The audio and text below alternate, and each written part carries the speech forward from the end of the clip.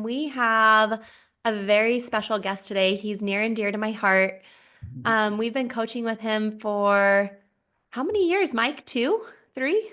Yeah, a little over two. Yeah, I think we started a little over 2 years ago. Mhm. Little over 2 years ago. And I mean, he's been an entrepreneur his whole life. He's been in the meat business and the real estate industry. He's coached like all the top producers that you guys have heard of. He's probably coached them. Um, but my favorite thing about him is he just is full of so much value. His brain just works differently, and you can tell him a problem you're having, and it's like a puzzle piece. He's like, oh, we'll just do this and this and this, and then it fixes itself. And so we love Mike. We're so grateful he's here to join us, and welcome. Thanks for coming, Mike. Desi, thank you for all the nice words. So yeah, I've done one thing my whole life, guys. I've built small businesses, and I'm always in charge of the sales department. So after 40 something years of building 10, 20 companies or helping hundreds of agents build and scale their teams, brokerages, or solo agents, you pick up a few things, you learn a few things. I've made more mistakes than everyone on this call, I'm sure. Is where that old adage, you learn more from your mistakes than you do your wins, and that's very true. So I've just made more mistakes. And the other thing that has really helped me, I'll share with you guys, is I've just read more books than most humans. I was very poor growing up, so I didn't have access to coaches or mentors or anything. So my uncle told me when I was like a teenager, if you go to a library, they have books and you can learn anything. So I've read like 500 books on personal development, business development, all the sales books from all the famous people. And with all that information stuck in my head, I'm at a point in my life I just want to share it and help other people. So today, what we're going to share with you is one of the fundamental, I guess, things you should learn in your business and your personal life as a routine. I'll ask this question: who makes the most amount of money in real estate? Is it the hardest working real estate agents? Is it the smartest real estate agents? Or is it the most consistent real estate agents? You can drop in the chat. I mean, take a guess. Whoever works the hardest makes the most, the smartest people, consistent, three consistent. Yeah, that's the answer. So we're going to give you a schedule today. But Desi, I want to preface this or frame this because anyone can go into chat GPT and say, what's the perfect schedule, right? There's a million gurus and coaches out there to say, this is the ideal schedule. What I'm sharing with you today is a schedule I created over 20 years ago for my own team. And this helped all the agents on my team earn a lot of money.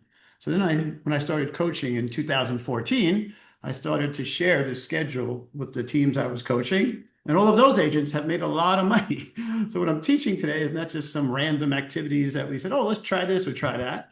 For over 20 years, this schedule or something close to it has made agents millions and millions of dollars in my schedule. So I'm just going to share it with you guys today, very slowly, as the what is it, devil's in the details. So let me first start with scheduling. What's the most important thing about scheduling? What most people don't realize is when you start your schedule is actually in your evening routine. In order to have a strong tomorrow, it's all determined on how you're finishing up your day today, as an example. So to create consistency, your evening routine needs to be consistent. The time you stop working and turn off your brain, for most of us, it takes about 30 minutes of no phones or screens to get it quiet. And then we need to sleep. So I studied a lot, like I've told you. So sleep is uber important to us. Is our brains need to cleanse and recharge themselves. I learned from Dr. Amen in a book. I'll reference a lot of books today, I'm sure, because I always do. It says, change your brain, change your life. Our brains need approximately 8 hours to get back to 100% from a hard day's work.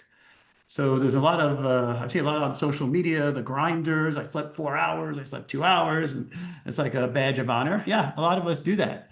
But you're not 100% the next day. Yeah, you can push through, but you won't be nearly as sharp. So the first thing I would tell you to do in scheduling is find that routine where you wind down, get to bed, and get a good 7.5 to 8 hours.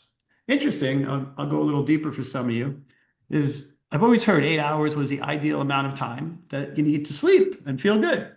Then I followed REM cycles. If you guys are familiar with REM cycles, you're going to a deep sleep and a shallow sleep. So the ideal time I've learned is actually 7.5 hours because that's right at the end of a REM cycle. If you've ever slept maybe close to 8 or 8.5 hours, and all of a sudden you wake up and you're still tired, The reason Hmm. is you woke yourself up in the middle of a REM cycle, which even with all that sleep, you will be a little groggy the next day. So if you have like my Fitness Pal or some of these Aura rings, right, you can track REM cycles. So the ideal time is to wake up right at the end of a REM cycle, which is about 7.5 hours. Great. So now we've slept, we feel good, we wound down. Now we're on to our daily schedule, our daily routine. And I will tell you, the beginning of this routine, forget about real estate. If you read these biographies like I've read of all the most successful people in the world, they follow the beginning of this schedule. Real estate, non-real estate, almost all business people. So the first thing they do is they get up. What time do you think the most successful people in business get up? Put it in the chat. What time do the most successful people get up? 5 a.m. club. Yeah. I was a part of a Sharon's club for a long time, actually. And here's a little funny side note. You guys probably don't know Desi and Elizabeth. So I was doing Sharon's club and I was coaching a couple of guys on the East Coast. And I was like, hey, why don't you guys get up early together and kind of share some goodness with you? And then they invited another person and I helped them start the East Coast 5 a.m. club because it was 3 hours later on that. And that was how the East Coast 5 a.m. club got started with three of my clients, many years ago. So pretty cool. So now we're up, yeah, 4:30, Jackie. Good. It's between 4 and 5, I will tell you. Now, do you think getting up earlier automatically makes you more successful? Nope. It does not. It's the things that the people do that make a lot of money that make them successful. So what do most successful people do first thing in the morning? Put it in the chat if you think you know. What do the most successful people do first thing in the morning? Work out, Chantel? Nope. Well, meditate? Drink No, coffee. Yes, Liz. nope, not yet. These are all good things that will be part of our morning routine. Nope, not yet, Mike. Da-da-da. Affirmations? Nope. Yeah, these are all things that are coming next. So I'm glad we're having this call, Desi. Plan today, eat a donut. So we got plan today. No, Ryan, that's going to be part of our schedule, but at a very different time. They do something called deep work. Deep work. The most successful people get up in the morning and for 1 to 2 hours, they work on their business. They find ways to make themselves smarter, how to make their businesses more profitable, more efficient, more effective.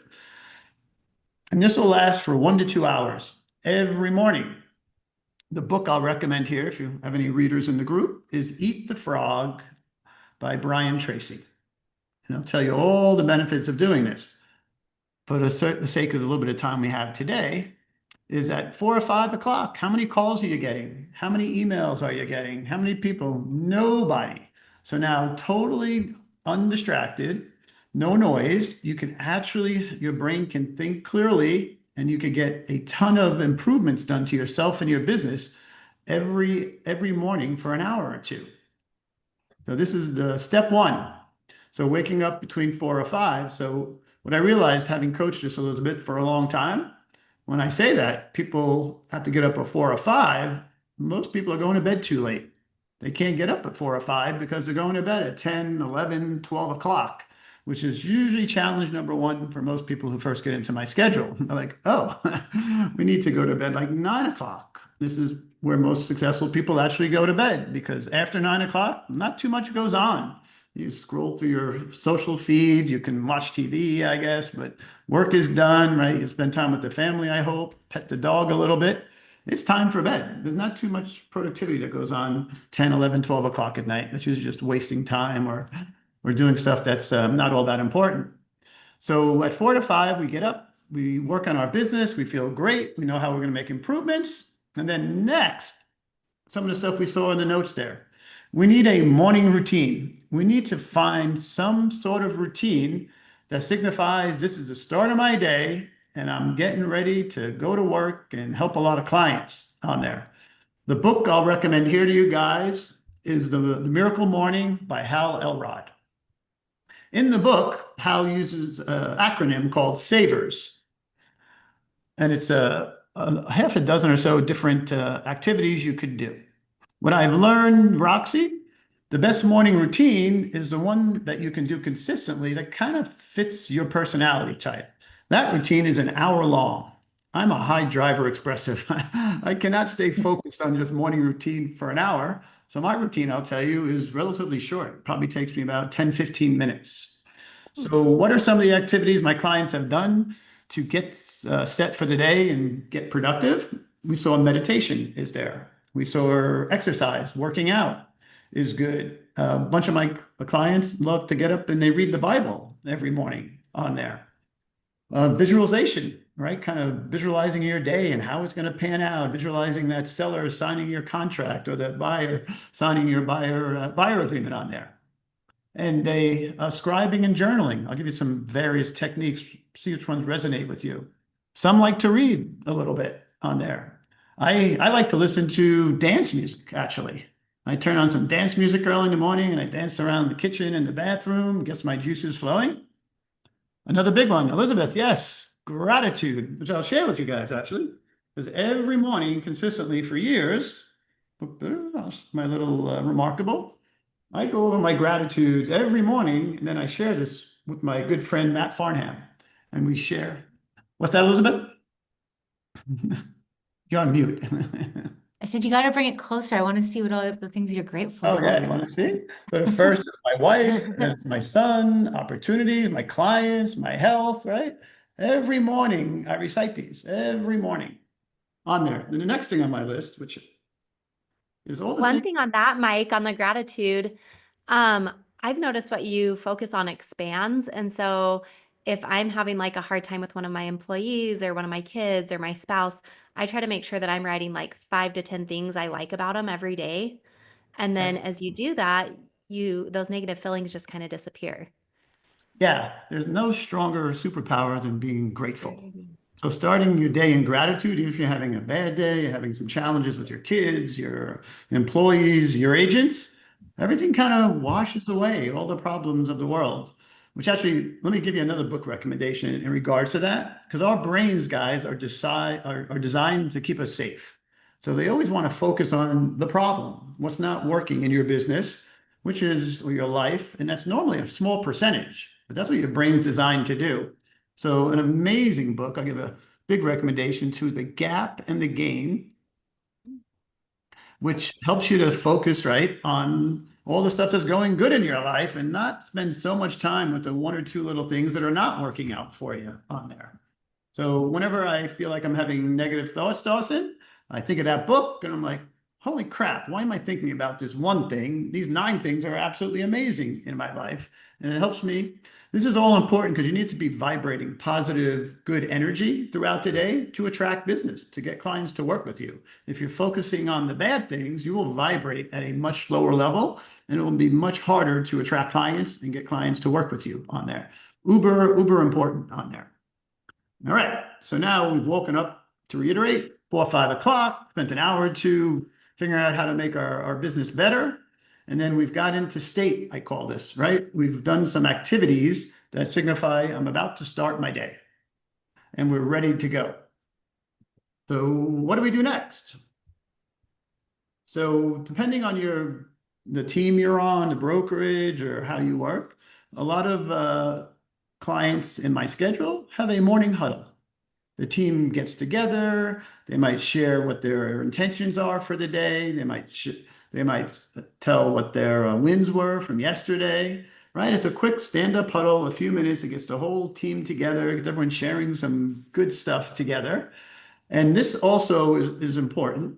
Is when you're setting goals like this, say you make an intention today, you're going to share with the team. Is all humans over time will be inconsistent. There's only one way to be consistent. Does anyone know? Put that in the chat. What is the only one way to be consistent? Because all humans over time will be inconsistent. Anyone know? So if you set a goal, if you want to do your gratitudes every day, what is the one and only way? Did you write it down? You make like Nope. a schedule? You put it on your calendar? Nope. What all you guys need, Chantel nailed it. The Um, only way to stay consistent, an accountability partner. someone who cares enough about you to call you out on your shit when you're not doing it. So my gratitudes I've done for years, but I realized I wasn't all that consistent. Since I partnered up with Matt and he texts me his gratitudes every day, I feel guilty as heck when he sends them to me and I didn't do mine yet. It's like, darn, I got to get in the office and I got to do these. So accountability partners are critical for consistency. So someone in your office, a spouse, a friend, right? Tell them what your goals are, what your intentions are for the day, the week, the month of the year, and ask them to keep you on track. Because left to your own devices, your brain will trick you into inconsistency every time, 100% of the times. It's uber important on there. My accountability partner is my wife. So my wife will tell me, hey, you got to get to work. You got to get on a call. You got to prepare for the next call. You got to get ready or do this or do that. And she's on me all day long. Massive accountability all day long here. All right. This is doing well. We've got up. We're excited. You see now how the day has started with some kind of routine and you've got some energy now. You've got your head cleared. You've done something really productive. You're feeling really good. Whenever you do productive stuff, it starts to release dopamine, and that feels really good. You feel good about yourself and your day already, and we haven't even done anything yet. That's the way you want to start your day. Because you start your day with the news, on social. Oh, let me preface this actually. Guess what I don't do first thing in the morning, which I just told you. I don't Social. emails. I don't look at social because 90% of your emails are someone else needing to get something done today and they need your help. So do you want to start your day helping other people accomplish their goals? No. Emails can wait. We have this, I don't know, this sense of urgency. Oh my gosh, I got an email. I got to respond to it. No, you don't. They can wait a few minutes. And the same with social. Getting sucked into social and all the negativity and all the other crap that's on there is the worst way to start your day. So no emails and no social. I'll tell you when during the schedule, and we'll get back to those things, but not yet. Keep them closed. But Desi, I heard something really sad. Actually, some survey they've done of people now with social, and there's many people that open their eyes in the morning and will check their social feed to see how many likes or comments before they say I love you or kiss their spouse good morning. The phone is more important than their spouse. Blows me away. No, it's not. Don't do that.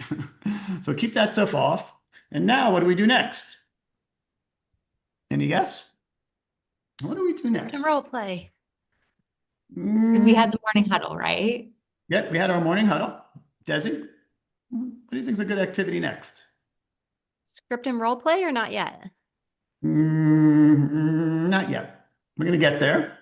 Mike, workout, Mike, I would tell you good. That's part of the routine we just went through. Some people exercise, some people walk around the block, they read the Bible, all that stuff. We want to exercise every day because again, Mike, that releases positive chemicals, right? It makes you feel good. Even if you're a little stressed, I know the first thing I do if I'm stressed out, I get on a treadmill, go for a run, lift some weights. And I don't know why, Desi, the situation is the same, but a little exercise, and I don't feel nearly as stressed or worried about the situation. So there's a good go-to. If you guys get into a situation where you're stressed, go take a walk, a run, lift some weights, get on your Peloton, and you'll see, just like magic, when these chemicals get released from working out, you feel better. And nothing Ooh, is. I have a tip. So have you seen those little jigglers? You can just have one in your office and you just stand on it so you don't even really break a sweat. The shake plate. Like that's so you just like jump on your shake plate and just shake it up. Yeah, I was That's on my a big tip EOS for today. I was on an EOS call, Elizabeth, and then Spring and Justin and a few Amy, they have a contest where they all have to get at least 10,000 steps in a day. So we had an 8-hour EOS meeting all day. So all of them had bought that standing treadmill. So I'm conducting the meeting, and all of them, the whole meeting, are on their walking board, walking for 8 hours to get their steps in because they couldn't break away from the meeting. So all good. All right, the first thing I'm going to recommend, and you can move these things around a little bit, but we want to be market experts. So the first thing I do to start my day is I read the hot sheets. I want to know every new listing that came on the market. I want to know every new price reduction, if anything came off the market. And then my team used to use this. Here's a pro tip Oh, you know what I to forgot. gain more value with their clients. So Desi, if you're on my team, we looked at the hot sheet early in the morning, and if we saw something on that hot sheet that might be a new listing for a client of ours that we knew the system would email it to them, we would send it to them first. Hey, Desi, not sure if you saw your email yet, but this house looks like a perfect fit, that 3-2 you're looking for in that town, in that school district. Hey, take a look when you get a chance and let me know when you want to set up a showing. What this does for us is it makes your client feel like you're actually working for them versus them doing all the work and identifying all the homes that they want to see you. Clients will like you a lot better when they feel like you're helping them to accomplish his goal and not sitting back waiting for them to call you.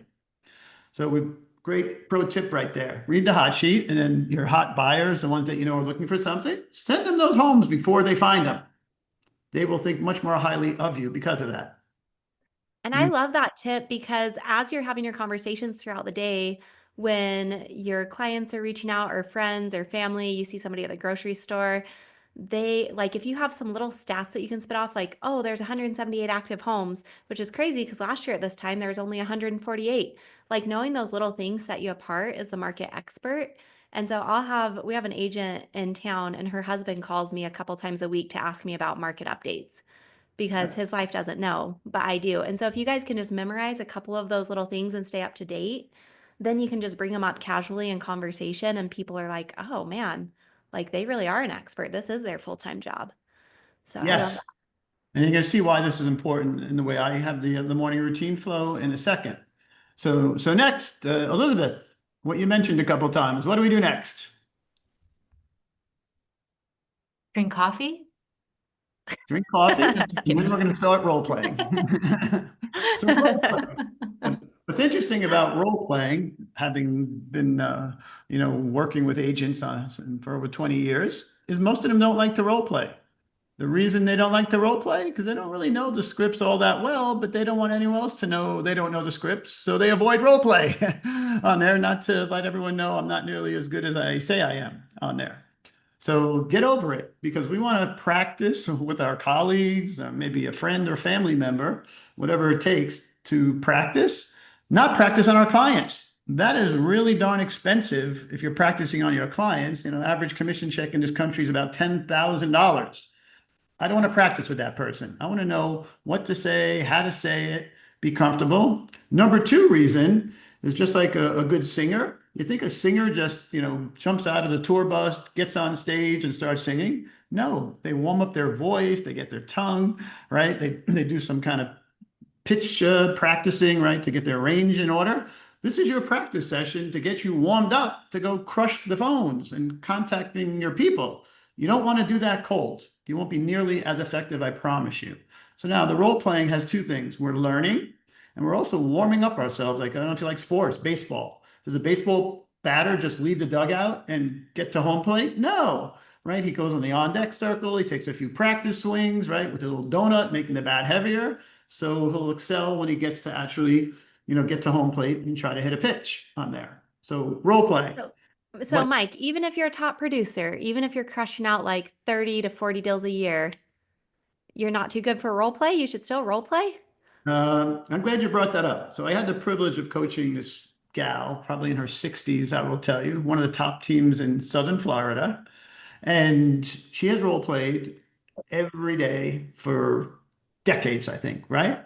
Here's the advantage. I track how many conversations it'll take to get an appointment. She is so good because she's internalized all these scripts, a couple conversations, and she can get an appointment. The average in our country, if you don't know, is 10 to 1.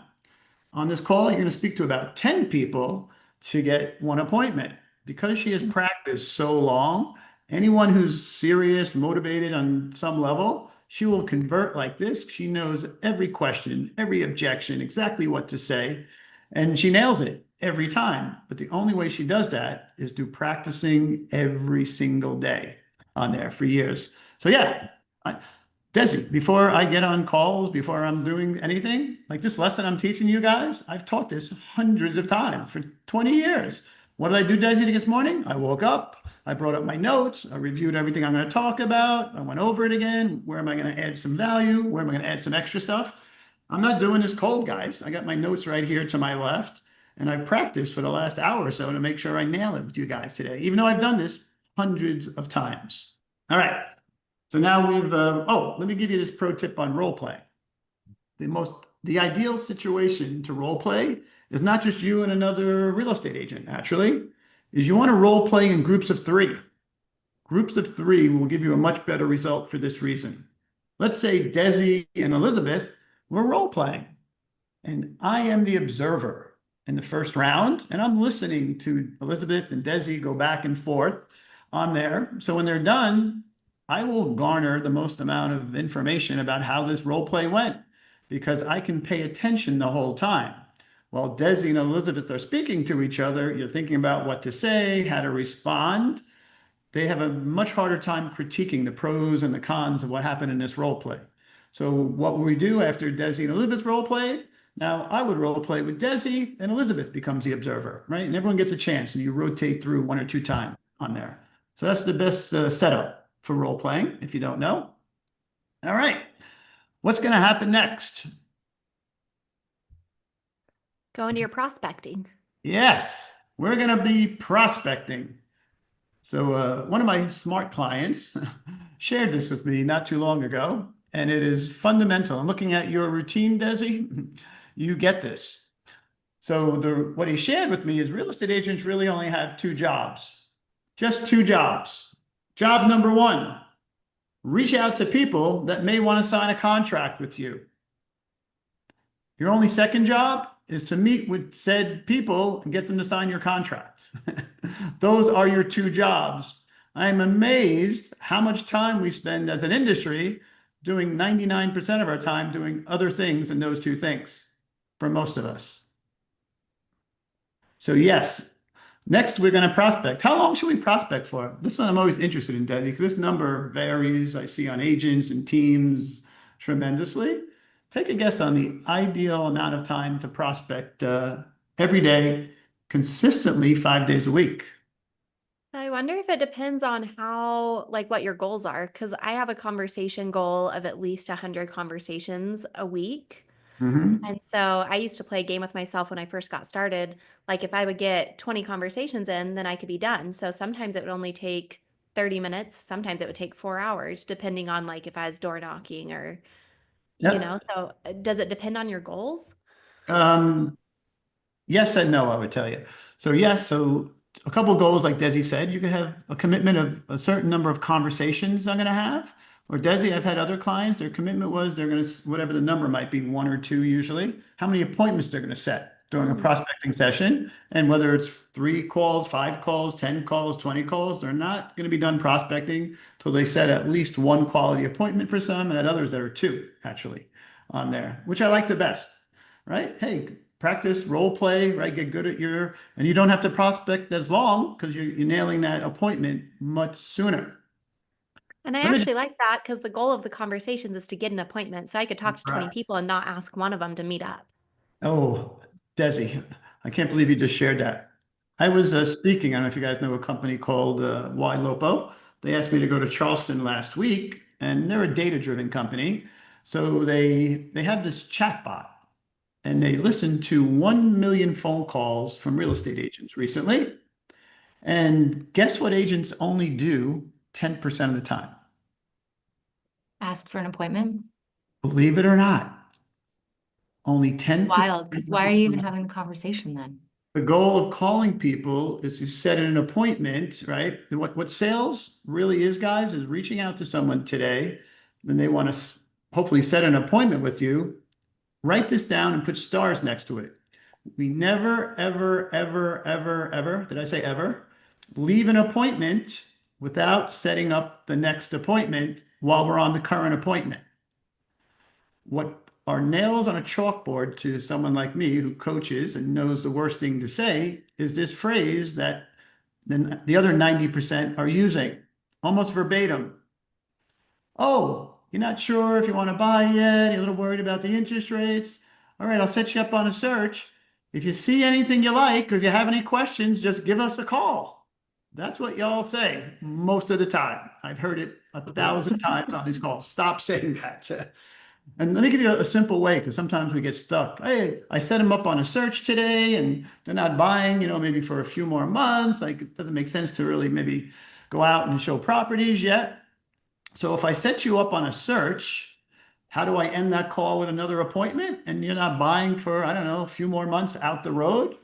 Hey, Desi, I'm going to set you up on a search today. Starting later today or tomorrow, you're going to be receiving those properties that we talked about that meet your criteria.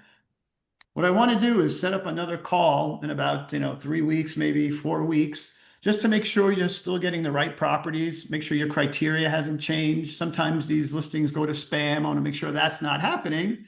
And then we can make any adjustments there after you start seeing the new inventory coming to the market. Great. Now I've set up my next appointment on a simple home search setup.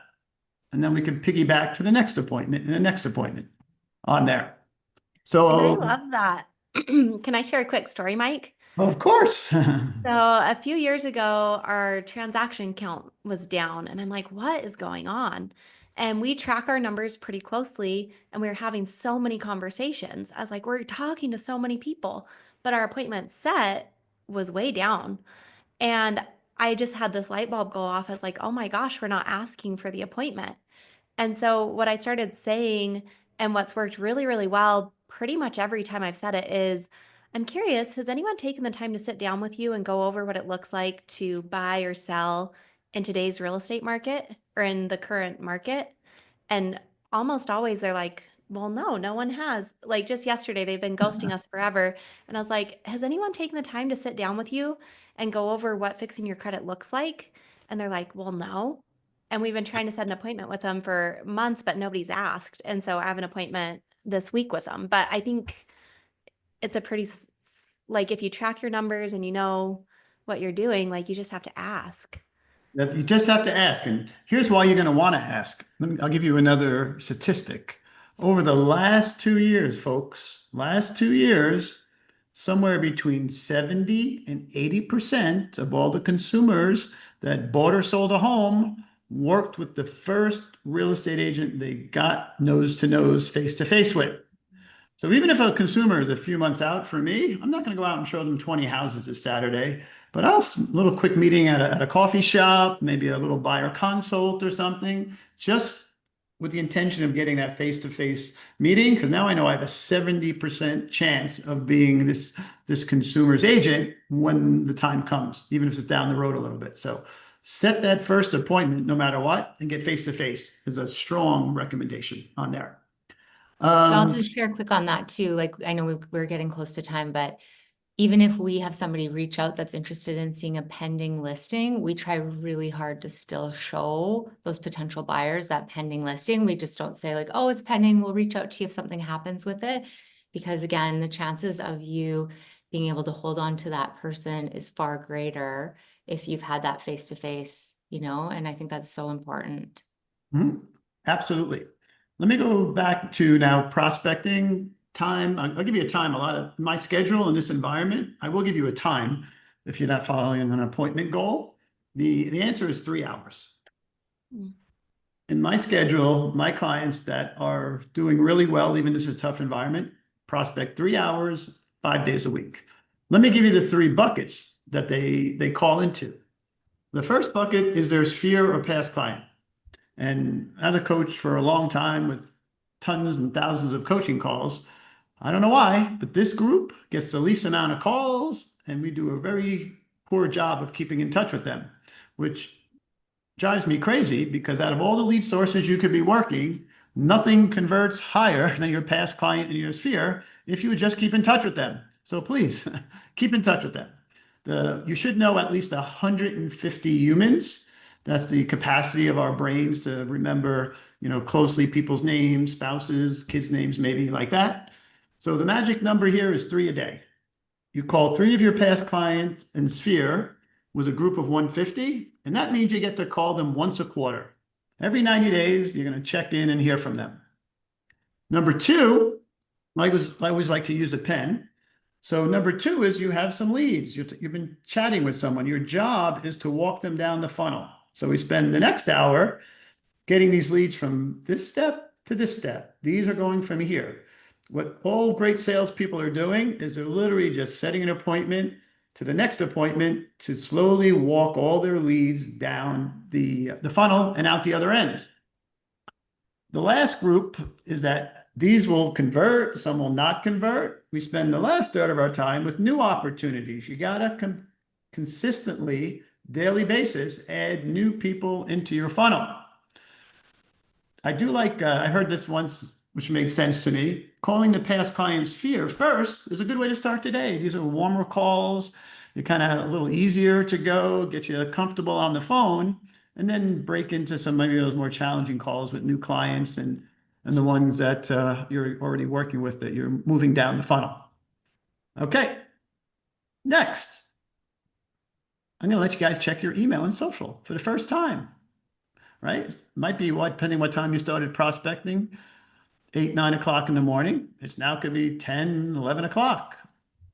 And what we do is we open our emails, we respond to all of them quickly, maybe check our DMs, PMs, see if there's any tags or any notifications in there.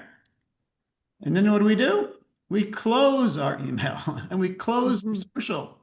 My phone, I have all my notifications off. I will get sucked in. If I see people are tagging me or shouting me out on social, or I got these emails coming in, if I see it, it'll be very hard to ignore. My notifications are off. I don't see any of it until I want to see it. I open my email, my social, I do what I have to do, and this whole activity should take you less than an hour, right? Then you're caught up with everyone and you got your social media up to date. All right, what do we do next? This is also too, I'll add here, if you have escrows or contracts, depending what part of the country, this is when I'm going to follow up with those, make sure everything is, copacetic on there. If I have to do anything, I'll bang that out here. Is this when you have your appointments booked? Yeah, that's it. What do we do in the morning? We reached out to people to set appointments. Remember, I told you there's only really two things you should be doing most of the time. One was reaching out to people to set appointments, and then we will set appointments and meet those in the afternoon. In the keeping with the keeping consistent theme of this call, I work feverishly never to set a morning appointment. Because if I set a morning appointment, the odds of me prospecting that day go down tremendously. Even though I say I will, but after I get back after showings or a listing appointment, there's fires brewing. People are reaching out to me. I'm being distracted. Much, much harder to get back to prospecting. Once in a while, you're going to have that client in town for one day or whatever, and that's the only time they could do it. Great. You'll do it. But I found I could almost get everyone on an afternoon appointment 95% of the time. So afternoon appointment. My commitment is to get on at least 1 to 2 every day. So to make that easy for myself is I literally, Desi, have a box or two, depending on how many appointments you're going on each day, that says appointment. And while I'm prospecting, all I need to do is put someone's name in there. Who am I going to meet on Monday? Who am I going to meet on Tuesday? They're already scheduled in my box. I just got to put a name in there. What would be an ideal week for me? 5 listing appointments. That's my goal. If I can get on 5, if I can't get 5 listing appointments, I'll pepper that in with some listing appointments and buyer appointments.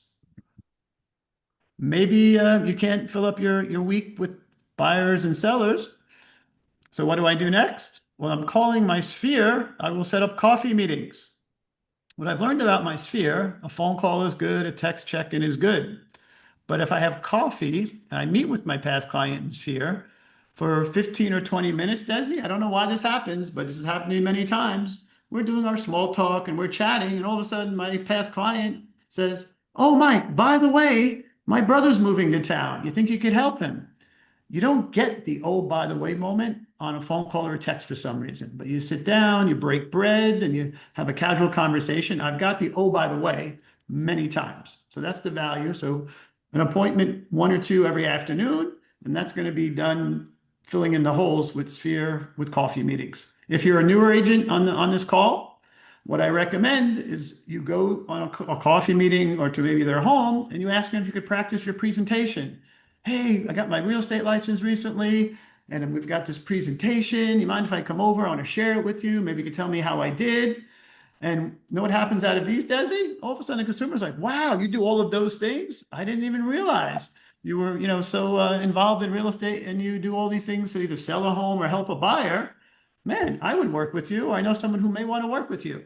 And you're practicing your presentation again, not on the $10,000 client you're going to meet this afternoon or tomorrow with the friends and family who like you and will help you get better. So that's a good use of that time. Desi. I love that, Mike. And on that same line, one thing we've had a lot of success with is our agents posting on their page like, "Hey, I'm kind of new to this. I really want to get honed in on my CMA skills. Like, would anybody be open to me doing a comparative market analysis on their home? It's totally free. It'll give you like current market value and it'll help me practice." Or like for more seasoned agents, you could say, "Oh my gosh, we've got this new strategy for how we're doing our market analysis. It's super dialed, but I need to practice it on a few homes. Does anyone have a home they'd let me practice on?" And Yeah, it's perfect. I'll give you another pro tip based on the environment. And I don't know if you guys see what's going on nationally, but inventory levels are rising around the country. Certain areas like South Florida, Texas, Arizona, is that these listings are sitting. So we're starting to see price reductions. So if you're newer and you're going to take listings, I would do at least 3 CMAs a day, every day, to really master your skill at pricing a new listing correctly. Because if you take a listing now a little bit higher than it should be, it's going to become your biggest headache because it's not going to sell. It's going to get a little activity, and that seller is going to keep asking you, well, what are you doing? Where are the buyers? Where are the offers? And the only answer is they need to reduce. So it's much better to get that listing price correctly in this environment because in the old environment, the market was going up and up and up. So an overpriced listing, the market would catch you. But we're doing the opposite now. You list here and the market's starting to slide a little bit. There's going to be a big gap between reality and what you're listed at. And that will become a headache for you because your seller is not going to be happy and start calling you on a regular basis. So price correctly, practice. I had my team designate 3 a day until they mastered how to price a listing correctly. All right, so we did a couple of appointments. We come back. I'm going to check my emails again. Second time of the day, guys, right? Towards the end of the day, anything I have to address, get back to people. Same with social. Did anyone ask me any questions? They want to get together with me? Next, everything's done before I leave the office. This is put a double star next to this one. This is what most successful people do that most people who are not nearly successful don't do is they prepare for tomorrow today. So they start to identify the people they're going to call tomorrow morning. Why? Because now their brain starts thinking about good questions to ask them, things to bring up in the conversation, even while you're sleeping. You've programmed your brain. I'm going to talk to Desi tomorrow. I'm going to talk to Elizabeth tomorrow. And now my brain is thinking about, I'm going to have a much better, meaningful conversation with them because I prepared for tomorrow.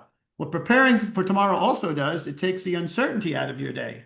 When you open up your day tomorrow and you know exactly what you're going to do, who you're going to do it with, and when you're going to do it, a lot of stress and anxiety leaves your plate on there. And you don't have to, oh, what should I do next? Or who should I call next?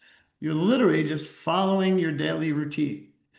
Super simple than trying to figure out what to do first thing in the morning. And this is why most people check emails because now they have something to do. Oh, look, I have to do this. Oh, I have to do that instead of prospecting because they didn't plan who they were going to call the day before on there. If you're doing a lot of calls, I am a big fan of dialers.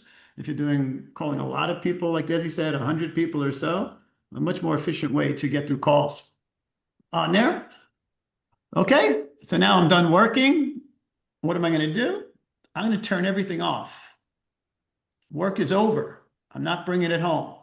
I'm going to go home and I'm going to be present with my family. I'm going to spend time with Lisa, with Mikey in my world, our little cute toy poodle puppy. And I'm going to be present there. I'm not bringing all the tough things that happened today. I'm not complaining to them, my client this, my client that. They had a day too. They don't really care. No, they want to hear it on there. And here's what I learned about my son is, the one thing he wants from me? I took him on Disney cruises. We went to great little vacations. And Roxy, I asked him when he was a little bit older, out of all the cool things we did together, what was the most favorite thing we did together? I usually cry when I tell the story. I'll try not to. So he said, Dad, remember when you and I went to the beach next to our house and we were skipping rocks?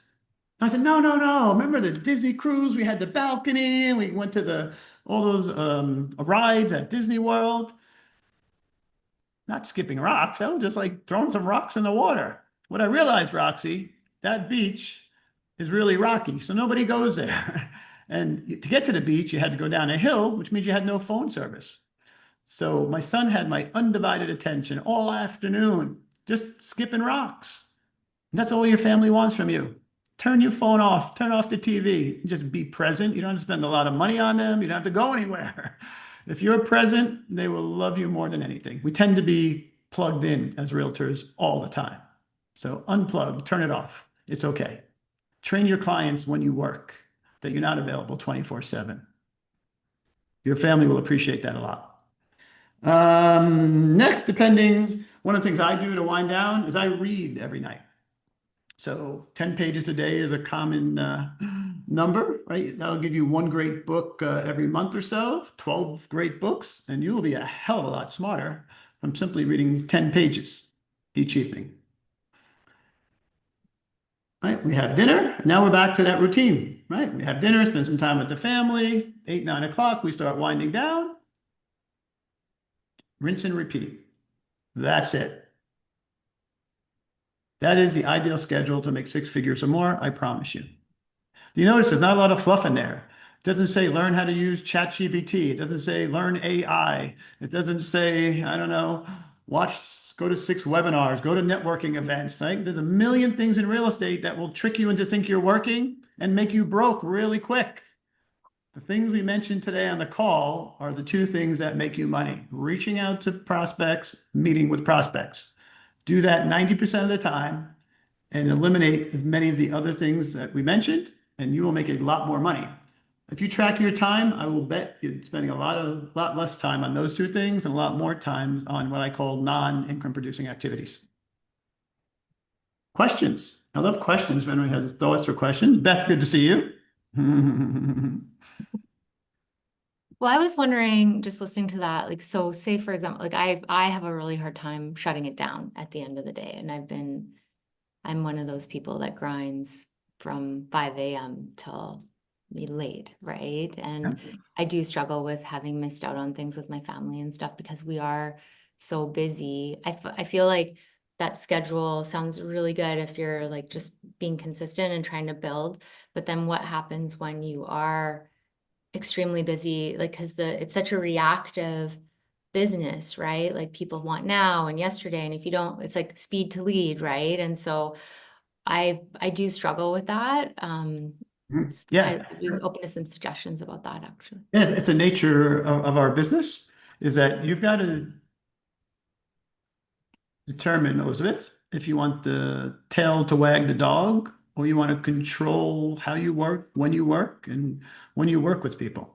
Because, and now, if you're so busy, like, I don't know if everyone knows, but Elizabeth and Desi sell an insane number of homes every year, right? Probably what, in the 130 range, I think both of you are in, right? That is busy. That's like almost 3 deals a week. So there's a lot of stuff going all the time, which Elizabeth has been working on with Jackie's help, is you get help, I would tell you, right? And find an assistant or someone that could help you manage some of the noise, keep track of some stuff so you don't have to do it all yourself 24 hours, seven days a week. The challenge like Elizabeth has is she's actually attracting with all her marketing and her reputation, staging and everything else, more business than she can handle on her own on there. So yeah, it's a constant battle of success, Elizabeth, right? You got business coming in, people will need you, they're leaning on you, they want you. Is you got to manage that. The best thing I could tell you though is controlling. When I meet a new client, I tell them exactly how I work, when I work, how I communicate on there. So set the expectations. Right off the bat, because I was, as you guys, well, not everyone knows, but I was a single dad when I started my real estate career on there. So I had to put my son on the bus at 9 o'clock. I had to take him off the bus at 3 in the afternoon. Then I had to do homework with him. And then he played every sport that a human could play. And I went to every practice and I coached a lot of those teams. So I couldn't do a lot of real estate, and nor did I want to. I wanted to be present for my son during those hours on there. So I would do those things. If there was something really important after, say, football practice, Elizabeth, I might send out a quick text or email if it was uber important. But a lot of times I'd let it sit because here's what I've learned. When I first started real estate, I wanted to be super agent. And my phone, I looked down, it was like 5, 6 in the morning, and someone was calling me. I was like, hey, it's Mike. How can I help you? And then 10, 11 o'clock, another client would call me. Hey, you're still up? Oh my gosh. But know what I just did, guys? I trained those two clients. They're going to call me again tomorrow morning at 5 or 6 and 11 or p.m. What I noticed, if I tell them how I work and I don't respond, and I tell them I'm not going to respond, they're totally okay with it. And I just respond quickly, say the next morning, if it was a late evening, reach out on there. I've never had a problem with that. Now, obviously, you keep an eye on things. If there's a fire or a major problem, you address those. But again, 95% of those don't need to be addressed as soon as they come in. We're very reactive as an industry. Oh my gosh, squirrel, I got an email. Oh my gosh, someone texted me. Oh my gosh, they need something. Here's what I learned about being less reactive, Elizabeth, because I like to be smart. I like to figure things out. I like to help people. So in a transaction, if there was a problem, I would jump in and I would find ways to solve it. So then I realized the other agent was calling me, and the loan officer, even if it wasn't my buyer, was calling me, right? In New York, we had attorneys. And I realized everyone was calling me to help fix the problem because I would respond back to them quickly. I stopped responding back quickly. And then a couple hours later, I would call and say, hey, I'm getting back to you. You said you had a problem with this or that. You know what they told me, Desi, almost every time? Oh, don't worry about it. We figured it out. Someone else. And they stopped calling me first. So don't be so reactive to solve everyone else's problem. There's a lot of other people involved in the transaction. Give it some time. It'll probably be fixed most of the time, I'll tell you. And all you got to do is check in and say, all right, good, no problem. Move on. So don't solve everyone else's problems. Stick to your schedule and your day. I'll give you an idea. I can screen share actually, because I've been. Can you screen share? If you can give me, I'll send a request. Oh, allow. Thank you. Yeah. So I'll share it to my schedule. Actually, we're talking about scheduling. So I've been refining this for years. So this is what your schedule won't start out, but could look at over time. So let me clear this. So this is my schedule for this week, guys. Everything is planned out. There is no guesswork. I'll start here. Look, I go to bed at 9. I get up at 5. Here's my my morning routine. I get ready, my routine. I do a little reading in the morning. I like that. Then I have all the people I'm going to talk to every day. It has what time I'm going to have dinner. Me and my family agree. We're all going to get together. This is the best hour of my day. I sit down with Lisa and Mikey, and we talk about our day. We break bread. We have dinner together on there. And then you can see I read a little bit more, and then I'm back in bed. If it's not on my schedule, guess what I say? No, I already have a full day. I don't do it. If it's on my schedule, I just make sure I stay on schedule. There's no thinking. There's no anything. I just need to follow my schedule. And from exercising to whatever activity I need to do, everything goes on here. You can see today, I have a dentist appointment I just noticed this afternoon. So every day is filled. There's no room for fluff. I can't get distracted with other things because I just pack what I would call this, guys, are income producing activities for me as a coach. You want to create the same kind of schedule for yourselves with your buyers, sellers, and past clients. Love that. I love it. Thank you so much, Mike. I appreciate that so much. And we'll share a copy of the schedule. The perfect Yeah, schedule, my right? copy. Yeah. Yep, I have We can a share copy that. here to send out. You guys want anyone who wants a copy of it? I'm happy to share. Well, and we have our Agent Without Borders is getting really close.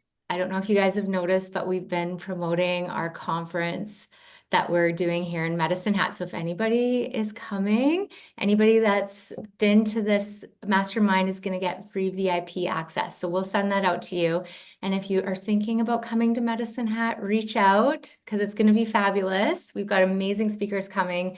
And I mean, Medicine Hat, you could put a little pin in your map that you've been here and like talk about a conversation starter. Like, where the heck is Medicine Hat? You gotta come here. It's amazing. There's a hot air balloon festival at the same time. So we're pumped. I May can't wait. 23rd. And if you can't make this one, we're gonna have one in the fall in Idaho.